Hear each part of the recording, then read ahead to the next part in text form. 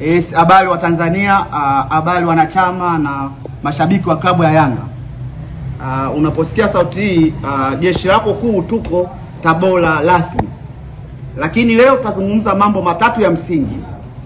Jambo moja kuliko lote, jana tulizungumza ni kwa jinsi gani watu wenye mamlaka wanataka kuwafungia viongozi wetu. Mjumbe wa kamati ya utendaji Alex Ngai pamoja na makamu wa rais Arafat wanataka kufungiwa na mamlaka kwa kutengeneza propaganda ambayo wataka kusema Magoli alikosea, kusema kuwa hata leta timu au hata mechi yoyote, wamfungie na wafungie viongozi wetu. Sasa hizo nadharia na huo utoto ni lazima wa mashabiki na wanachama wa klabu ya Yanga wote kwa ujumla wetu tupaze sauti sasa. Matawi yote ya Yanga nchi nzima, wenye viti wa Yanga wote nchi nzima, waratibu wa mkoa nchi nzima, ni muda mwafaka tuanze kupaza sauti katika hilo jambo. Lakini jambo la pili tulizungumza, na mimi nilizungumza nitegemea wenye mamlaka atakuja mbele. Nilivyozungumza kuwa hakuna sura ya kitaifa kwenye kamati zetu, nilijua labda atakuja kujibu hizo hoja, lakini wanataka kutishia na kuwafungia watu. Sasa hawezi kuwafungia, hawezi kuwaziba mdomo watu kwa kuwafungia. Wazibe mdomo watu kwa kufuata kanuni na sheria na taratibu. Wazibe mdomo watu kwa kuambia hiyo sio kweli, jambo ni sahihi, jambo hili 1 2 3 ni sahihi, hili sio kweli. Lakini hata tuambie watu, wanawezekana akawajui. Tulisema zile kamati ziko za aina mbili, sura za aina mbili. Kuna sura ya Tanga na sura ya Kigoma. Na ujiulize, Human Resource HR anatokea wapi? Bukuku. Kama atokea huko kwao. Sasa haya ni mambo ya msingi ya kupaza katika mpira wetu.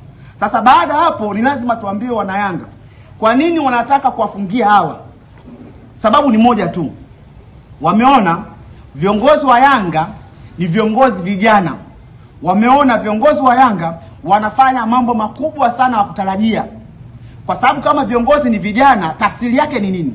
Tafsiri kwa sababu ni vijana watakaa muda mrefu kwenye mpira na Yanga itatawala mpira wa Afrika na Tanzania kwa ujumla. Hili waondoe kwenye reli, wanataka kuwafungia viongozi wetu. Na upande wa pili mnafahamu kwa kuna viongozi wazee.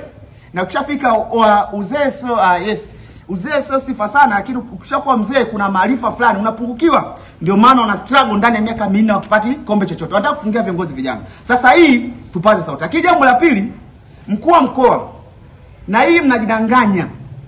Kakaangu Paulo Chacha, mkuu wa mkoa wa Tabora, umesema timu unayogopa ni moja tu, hiyo ambayo itaja wewe.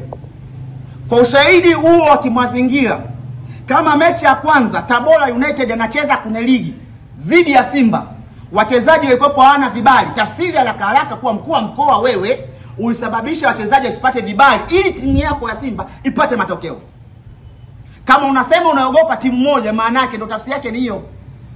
Lakini jambo la pili, mkuu wa mkoa unatoa shutuma nzito. Wewe ni mwenyekiti wa kamati ya usalama wa mkoa. Hupo kwa niaba ya rais. Leo unazungumza mambo mazito